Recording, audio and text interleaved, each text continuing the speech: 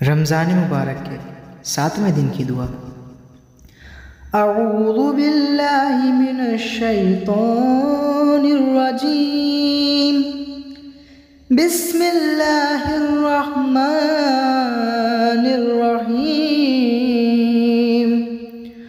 اللہم اعنی علی صیامہ وقیامہ وجنبنی فیہ من ہواتہ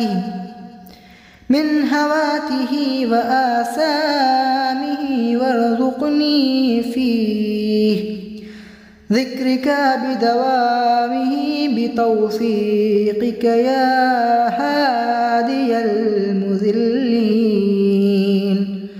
اللہم صل علی محمد وآل محمد۔